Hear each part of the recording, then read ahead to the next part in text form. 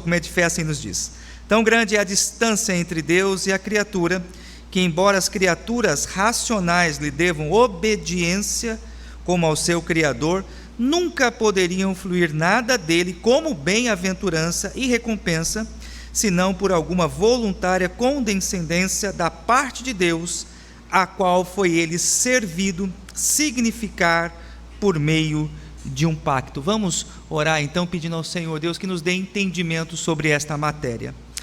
Pai, rogamos, ó Deus, a iluminação do Senhor. Embora não estudaremos diretamente a Tua palavra, estudaremos, ó Deus, a nossa interpretação como igreja, daquilo que a Tua palavra diz a nós, Senhor. Nos ajuda, Senhor, a compreender, ó Pai, a importância da doutrina da aliança, da doutrina do pacto, a fim de que nós possamos ter um coração agradecido a Ti, ó Deus, por sermos o Teu povo, fazermos parte, ó Deus, da Tua igreja. Ilumina, Senhor, a nossa mente e o nosso pensamento, em um nome de Jesus. Amém. Meus queridos, a primeira afirmação que eu gostaria de fazer aos amados irmãos essa manhã, partindo do estudo da nossa confissão de fé, é que o pacto é uma aliança na qual o próprio Deus ele tomou a iniciativa. Vejam vocês que no nosso documento de fé afirma que, embora nós sejamos dotados de racionalidade, por causa dos nossos pecados, nós somos totalmente incapazes de tomarmos a iniciativa de nos achegarmos a Deus.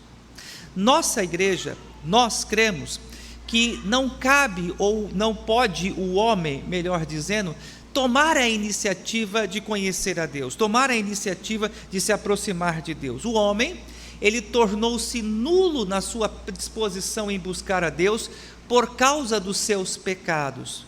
Por causa disso, então, Deus toma a iniciativa de ir ao encontro do homem, e essa iniciativa que Deus toma de ir ao encontro do homem, nós chamamos em nossa teologia de doutrina da aliança ou doutrina do pacto. E por que Deus toma então essa iniciativa? Primeiro, como vimos, por causa da distância que há entre Ele, o Senhor, e nós que somos as suas criaturas.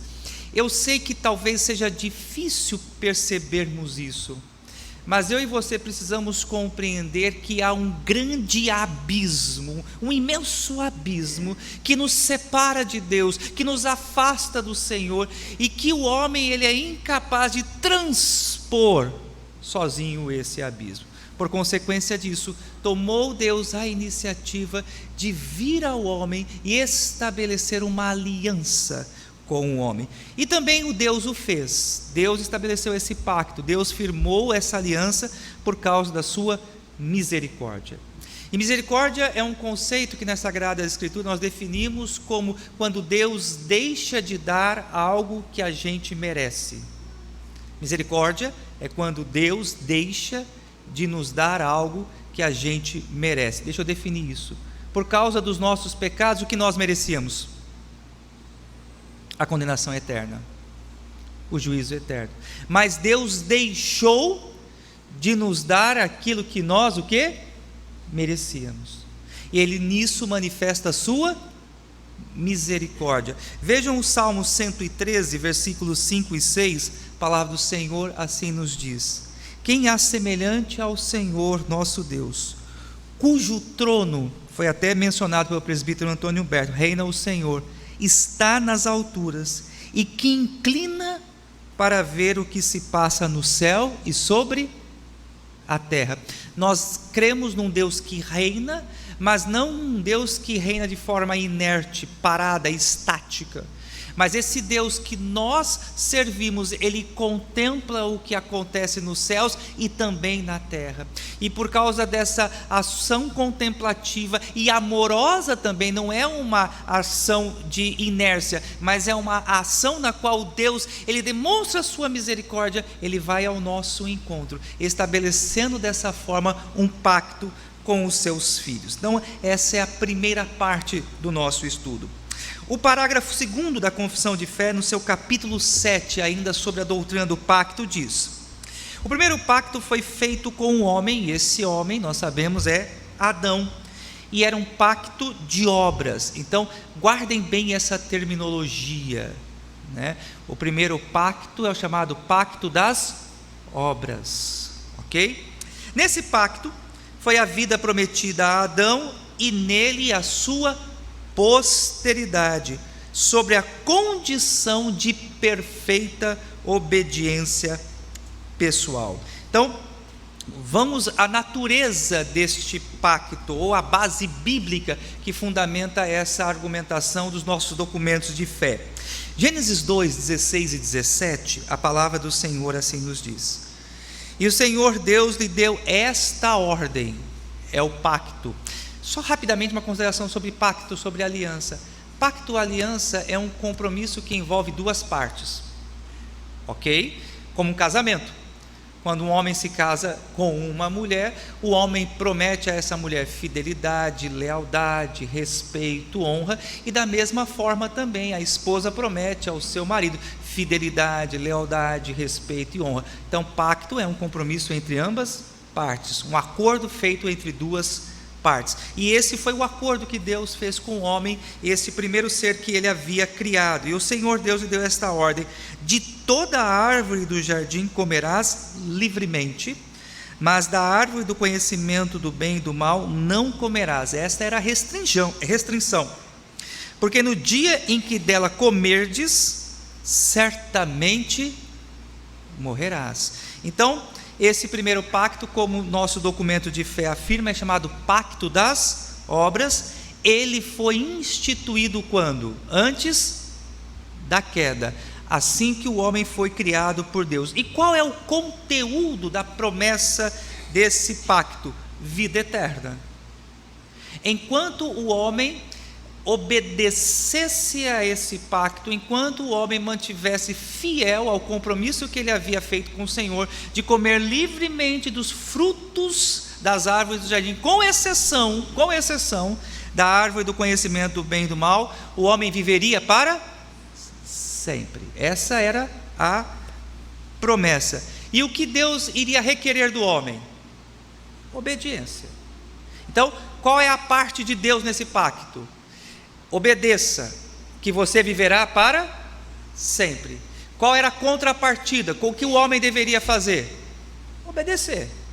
Poderia se alimentar livremente do restante dos frutos que havia ali no jardim, só não poderia comer do fruto desta árvore. Se ele obedecesse, viveria o homem para sempre. Estes eram os termos do pacto. E como eu e você sabemos, infelizmente, quem quebrou o pacto? Não foi Deus, mas foi o homem. O homem quebrou o pacto, desobedecendo a ordenança divina. Mas Deus não abandona o homem à sua própria sorte. E aí a manifestação da misericórdia de Deus. Deus, ele estabelece um novo pacto com o homem. Vamos então a este novo pacto, capítulo 7 da Confissão de Fé, o parágrafo 3º. Diz o seguinte: o homem, tendo se tornado pela sua queda incapaz de vida por esse pacto. Rapidamente vamos parar aqui. Qual foi o efeito da queda? Nós estudamos anteriormente. A total indisposição, incapacidade, inabilidade do homem obedecer perfeitamente a Deus. Pode alguém obedecer perfeitamente às ordenanças divinas? Não. E por que nós não podemos obedecer à ordenança divina? Por causa do efeito da queda, por consequência do pecado original. Nós não temos condições de viver uma vida pura, santa, perfeita e sem pecado. Isso, é importante reafirmar, não nos torna irresponsáveis ou descompromissados a uma vida de santificação. Mesmo sabendo que nós não alcançaremos esse patamar, devemos sempre buscar uma vida de pureza e de retidão diante do Senhor. Então esse é um ponto que precisa ter feito um destaque aqui nessa manhã. Continuemos o texto. O Senhor dignou-se a fazer um segundo pacto, que nós vamos falar agora, geralmente chamado o pacto da graça. E uma observação importante aqui, antes que eu me esqueça dessa questão.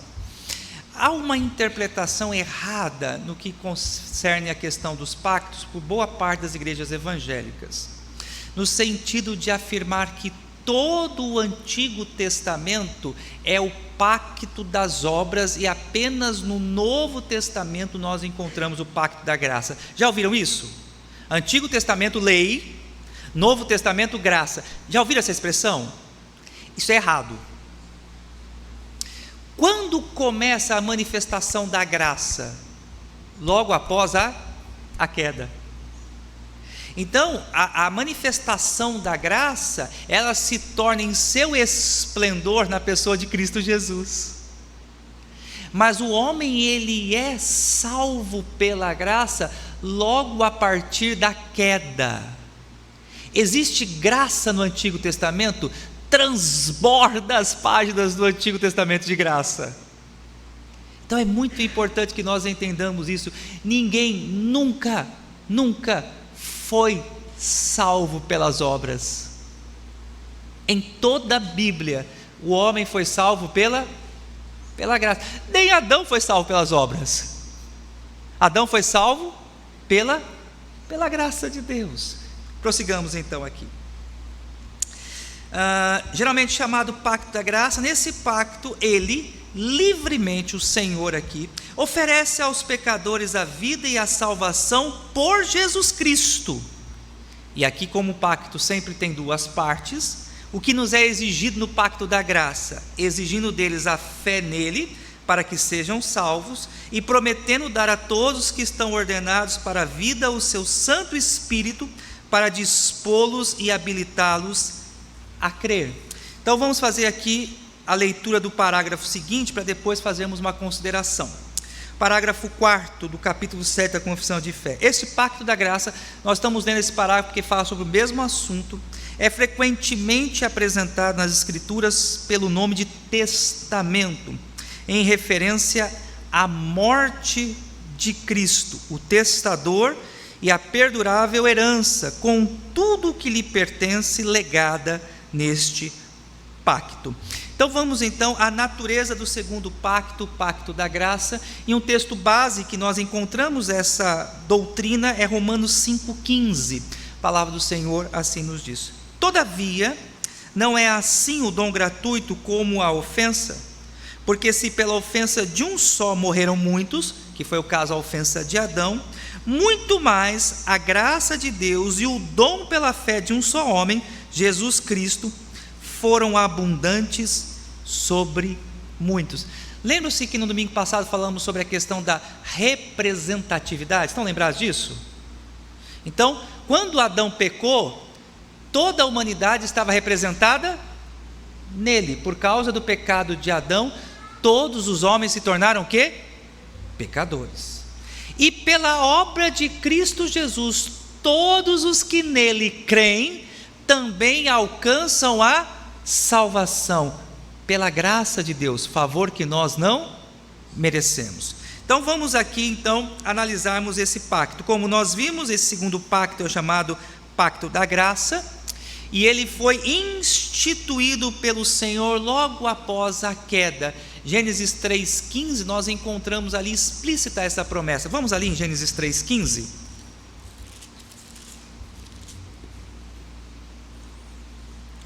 Gênesis 3,15, nós encontramos a seguinte declaração: porém inimizade entre ti, o Senhor está falando aqui a serpente, esse ti aqui é a serpente, e a mulher, entre a tua descendência, a descendência da mulher, e o teu descendente, que no caso aqui seria da serpente, este ferirá a cabeça e tu lhe ferirás o calcanhar. Então, o que aconteceu na cruz? O cumprimento dessa promessa. Alguns chamam Gênesis 3,15 aqui do proto-evangelho, da primeira menção do evangelho. O nosso Redentor na cruz, ele foi o quê? Ferido. Mas ao ressuscitar ao terceiro dia, o que aconteceu? A cabeça da serpente foi esmagada. A cobra está ali dando os seus últimos... Como é que é, Vanderlei? está morta, a cobra ali está nos seus últimos suspiros, porque o seu fim é certo, o Redentor vem, e na consumação da história, o inimigo será lançado no lago de fogo e enxofre. Mas o golpe fatal foi dado na cruz, quando ao terceiro dia, o nosso Redentor, ele ressuscitou. O conteúdo dessa promessa, aqui há uma semelhança bem interessante com o pacto das obras. Tanto o pacto das obras quanto o pacto da graça se assemelham no conteúdo da promessa. Se Adão não comesse do fruto, o que aconteceria com Adão? Viveria para sempre. Quando nós, pela fé, cremos em Cristo Jesus, qual é a implicação dessa promessa? Vivemos para sempre, temos a vida eterna. Quem crê no Filho tem a vida eterna. Só que agora, já não é mais pelo nosso esforço, mas é por depositarmos a nossa fé em Cristo Jesus. Como é que se evidencia o pacto, a aliança na nossa vida? Eu reconheço que sou totalmente incapaz de cumprir a lei, de obedecer à lei, de ter uma vida santa, e eu coloco a minha confiança, a minha esperança em Cristo Jesus, dizendo: Senhor, eu sou totalmente incapaz de obedecer a sua lei, eu sou um pecador miserável, eu me arrependo do mal que faço, mas eu sei que o teu Filho Cristo Jesus, ele obedeceu perfeitamente à lei, e eu confio na obra do teu Filho, eu descanso na obra do teu Filho, eu creio na eficácia da obra do teu Filho. Quando eu tenho essa fé, quando eu tenho essa convicção, eu estou em acordo com Deus, eu estabeleço uma aliança com o nosso Deus. Esses são os termos dessa doutrina. A condição para que o homem tenha então a vida eterna é a fé em Cristo Jesus. Vamos falar agora então sobre a administração desses pactos, ok? Parágrafo 5 do capítulo 7 da Confissão de Fé. Este pacto no tempo da lei não foi administrado como no tempo do Evangelho, na dispensação que hoje nós como igreja nos encontramos.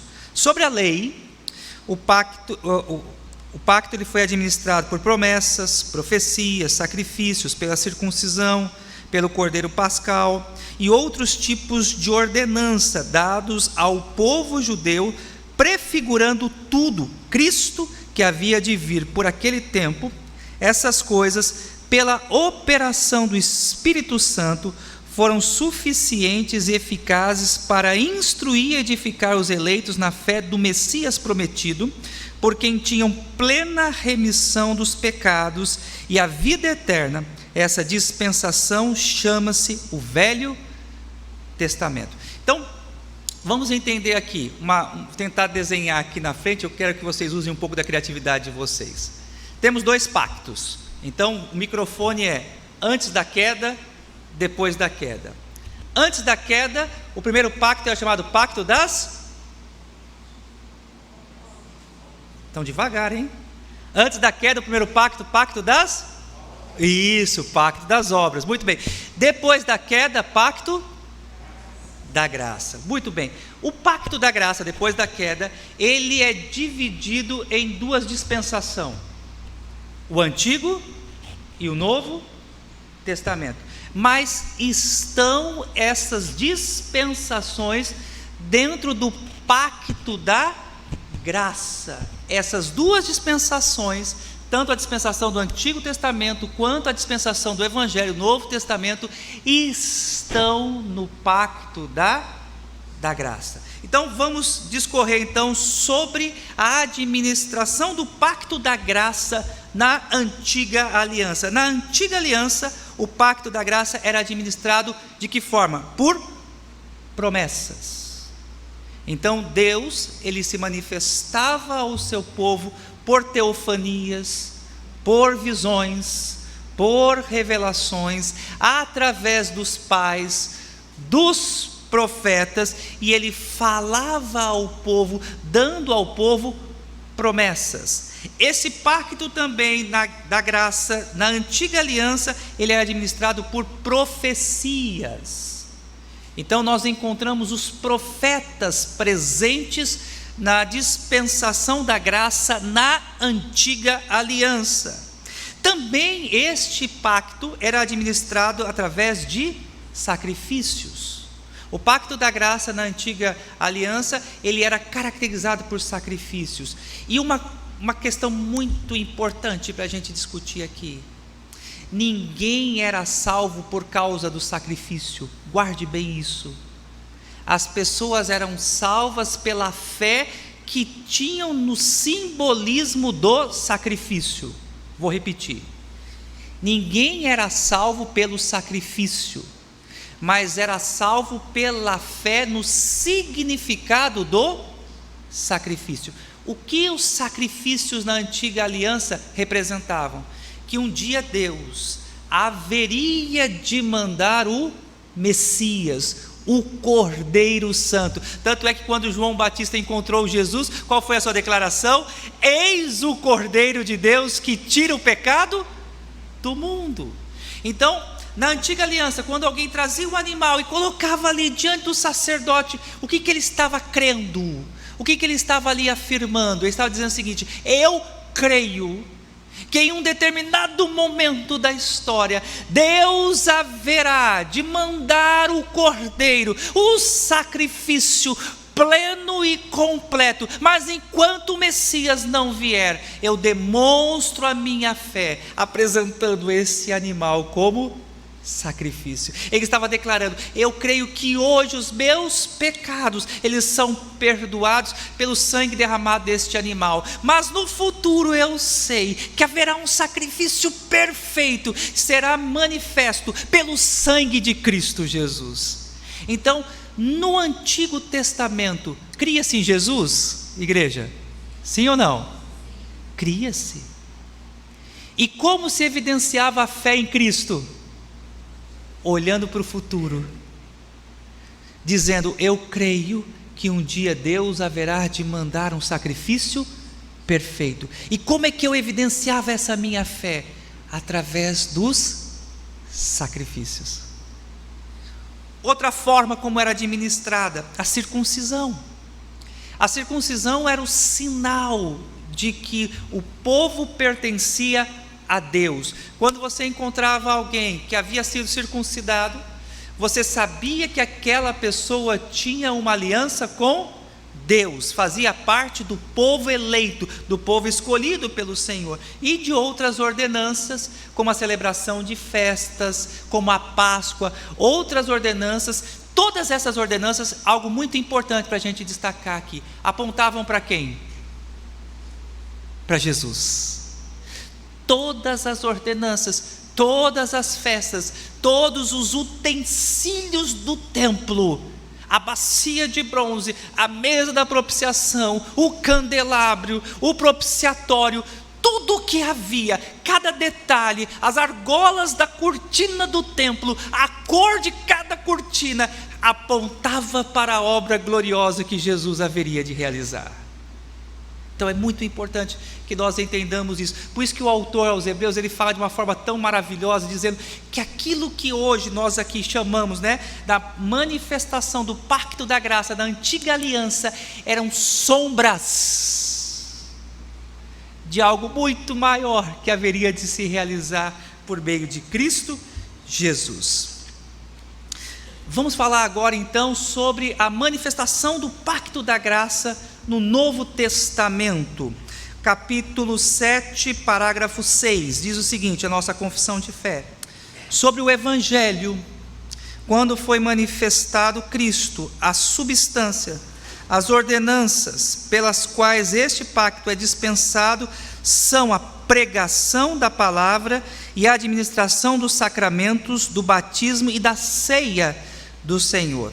Por estas ordenanças, posto que poucas em números e administradas com maior simplicidade e menor glória externa, o pacto é manifestado com maior plenitude, evidência e eficácia espiritual a todas as nações, aos judeus, bem como aos gentios. É chamado o Novo Testamento. Não há, pois, dois pactos da graças diferentes em substância, mas um e o mesmo sobre várias dispensações. Vamos voltar aqui à nossa figura, microfone, a nossa queda, ok? Então, depois da queda, nós temos o chamado pacto da... Muito bem. Dividido em duas dispensações.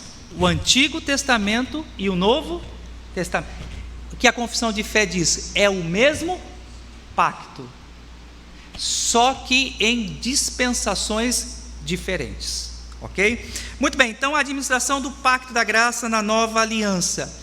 Como é que se dá essa manifestação? Através da pregação da palavra de Deus. Como funcionava na antiga aliança, no Antigo Testamento? Funcionava da seguinte forma: Deus falava através de profecias, revelações e sonhos. Agora, na dispensação do Evangelho, na dispensação do Novo Testamento, como Deus fala? Através da sua. Nós, como igreja, é importante reafirmarmos, nós somos cessacionistas. O que significa isso? Vamos explicar. Existem duas ramificações quanto a esse ponto que nós estamos abordando aqui. As escolas pentecostais e neopentecostais são chamados de continuistas. O que significa isso? Leem a Bíblia, mas dizem assim: Deus continua trazendo novas revelações. E é por isso que essa escola continuista aceita os apóstolos. Por que nós não aceitamos apóstolos, e nós cremos que apóstolo verdadeiro é apóstolo morto, conforme as Escrituras? Porque o dom de profeta e o dom apostólico são dons revelacionais, são ofícios revelacionais. O que significa isso? Deus, Ele separou duas categorias de ofícios: os profetas e os apóstolos, para revelarem a sua palavra, para que esta palavra chegasse até nós. Quando o cânon sagrado, que é o conjunto de livros bíblicos, foi revelado, quando a Bíblia se completou, esses dois ofícios, profetas e apóstolos, foram extintos. Cessou esses dons revelacionais. Então é nesse sentido que nós somos cessacionistas. Nós cremos que Deus fala por meio da palavra. Quer ouvir a voz de Deus? Leia a Bíblia. Quer ouvir o que o Senhor tem para a sua vida? Estude a Bíblia. Essa é a nossa fé. É isso que nós cremos. Hebreus capítulo 1, versículo 1. Havendo Deus outrora falado muitas vezes e de muitas maneiras aos pais pelos profetas, agora a aliança do Novo Testamento, nos últimos dias, é o que nós já vivemos, nos fala através do seu Filho Cristo Jesus. Ok? E a outra forma também como esse pacto na nova aliança, no Novo Testamento, é administrado, é através dos sacramentos. Diferente da Igreja Católica Romana, que possui 7 sacramentos, as igrejas reformadas possuem apenas 2 sacramentos. E quais são os 2 sacramentos de nossa igreja? Muito bem, o batismo e a Santa Ceia. O batismo, ele substitui a circuncisão da antiga aliança.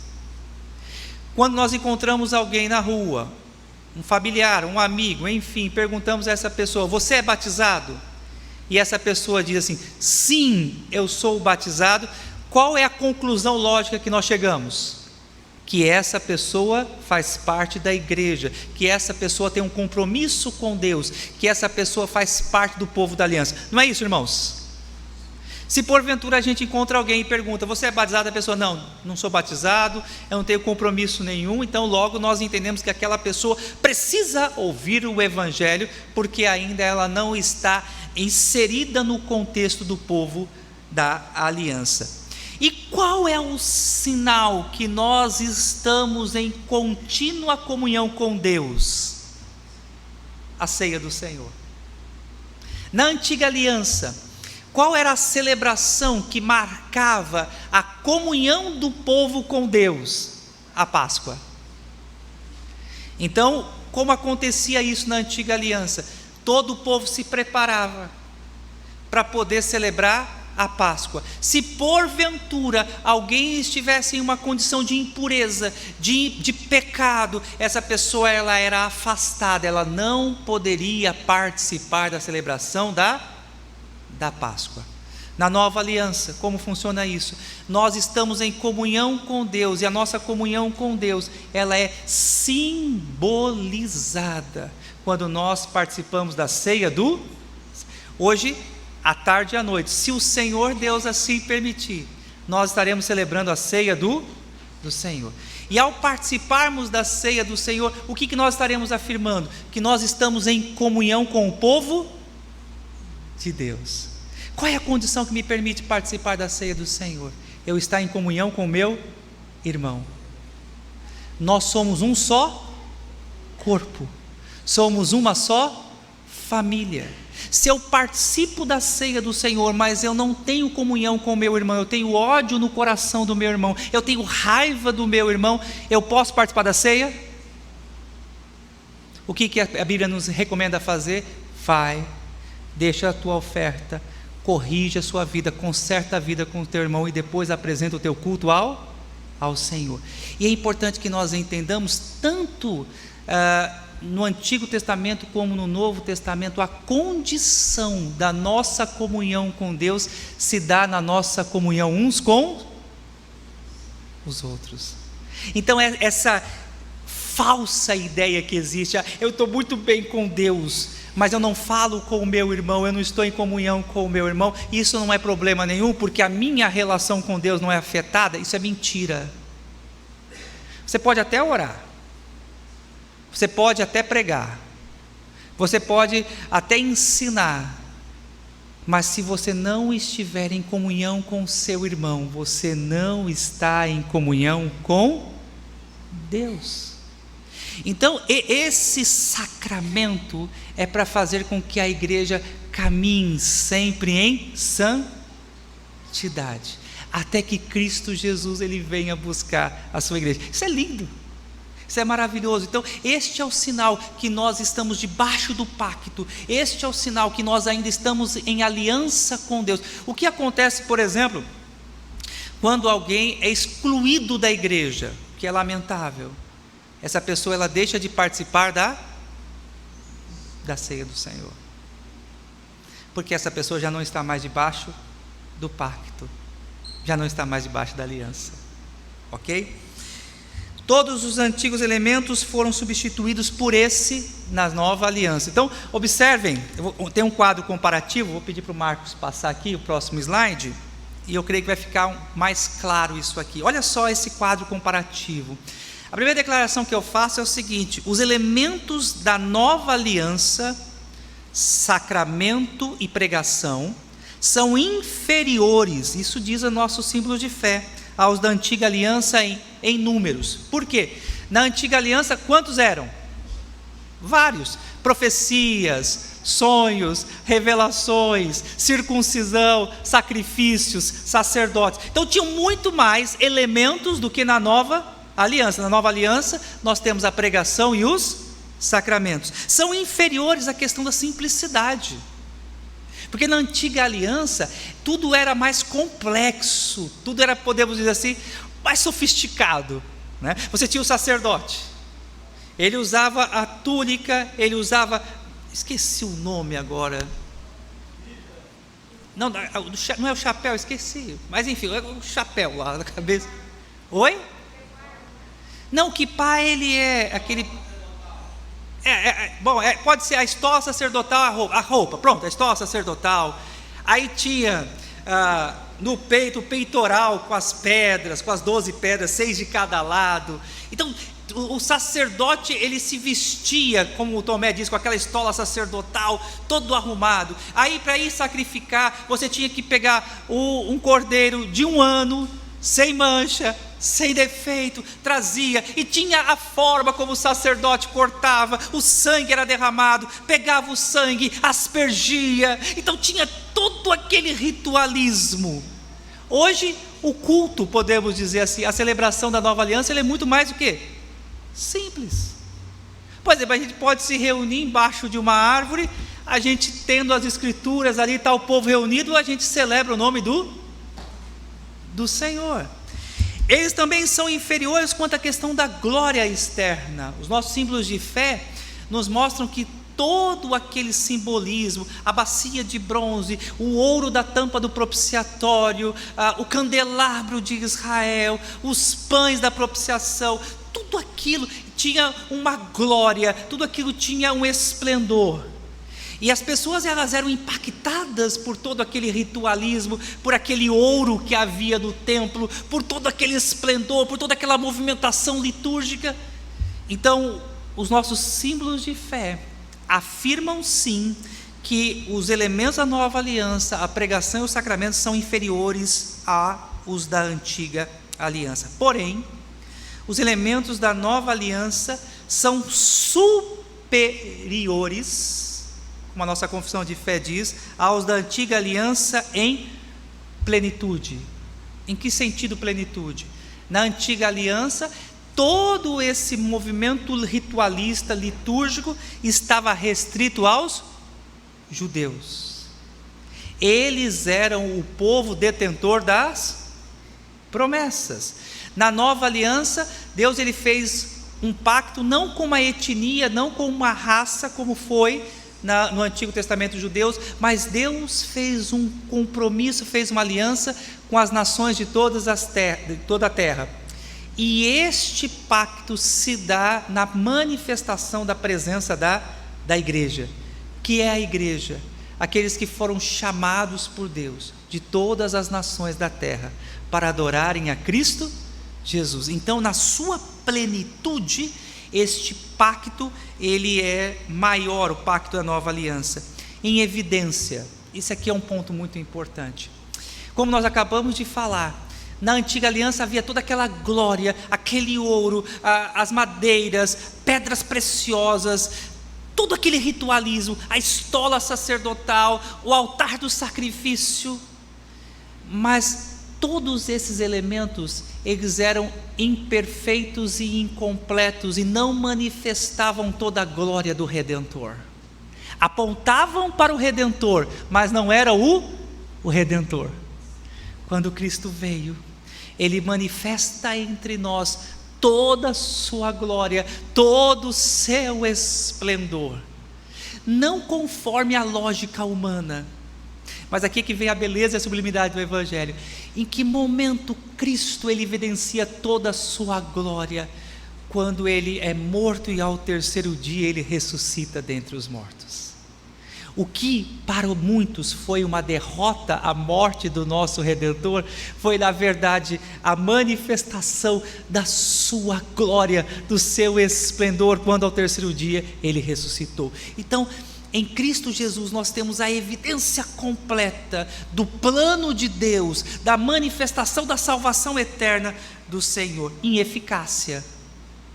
Ponto importante aqui também para a gente destacar: quando alguém na antiga aliança pecava, e o que ela tinha que fazer? Pegar um animal e apresentar ao sacerdote.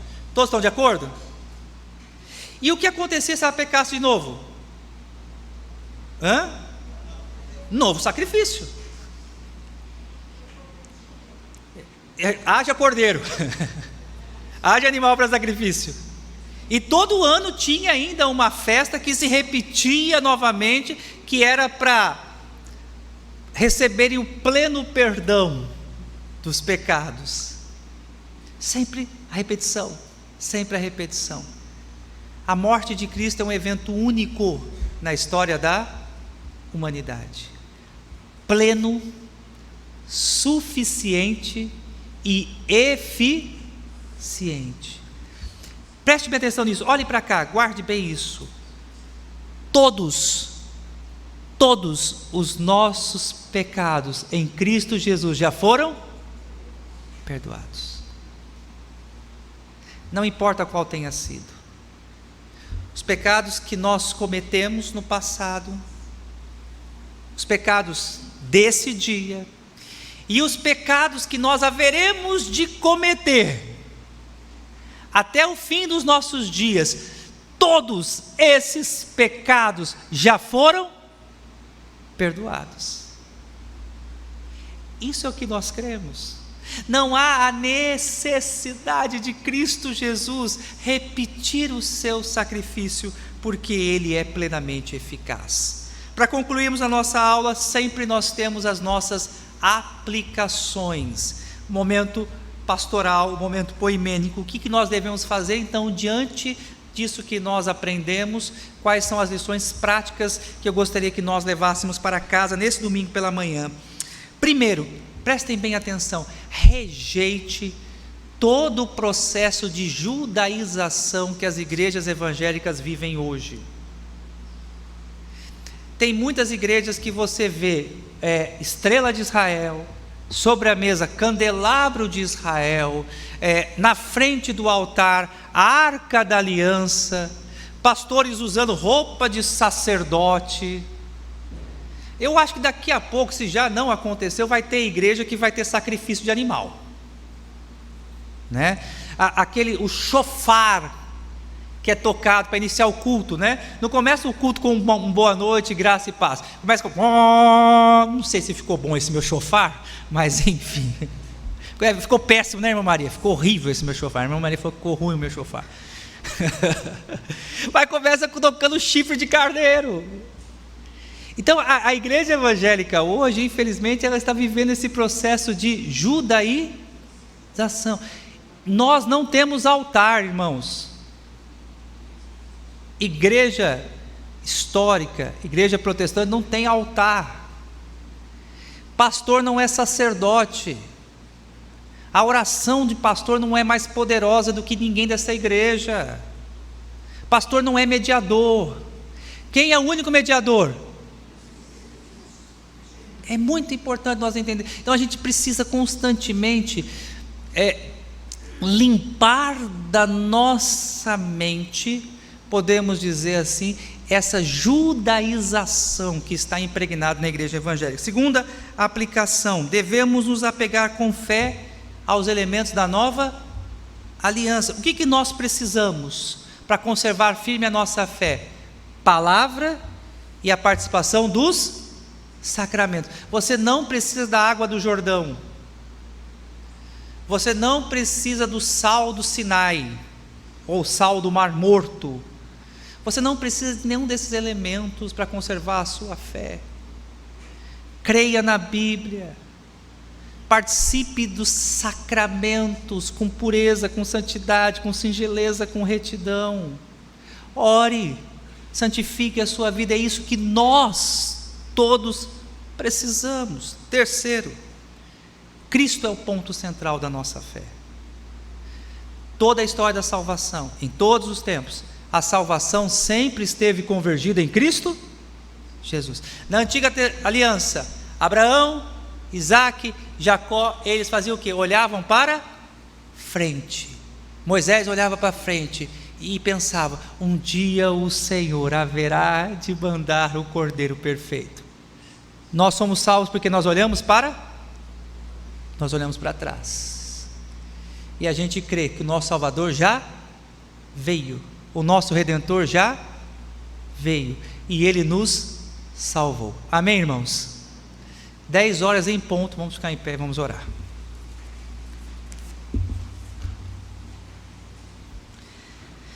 Pai, graças nós te damos, ó Deus, pela Tua palavra, Senhor, e ajuda-nos, ó Deus, a conservar firme a nossa fé em Ti. Não permita, ó Deus, que nós sejamos seduzidos, levados, ó Deus, pela judaização que muitas vezes, ó Deus, tem crescido no meio da igreja evangélica. Ajuda-nos, ó Deus, a não nos apegarmos às coisas materiais, palpáveis, mas temos uma fé robusta, na certeza das coisas que se esperam e na convicção daquilo que a gente não vê, Senhor. Leva-nos, ó Deus, para os nossos lares em paz e em segurança. Dá-nos, ó Deus, um domingo abençoado. Permita, Senhor, que retornemos à tarde e à noite para celebrarmos o Teu nome. É o que nós te pedimos em nome de Jesus. Amém.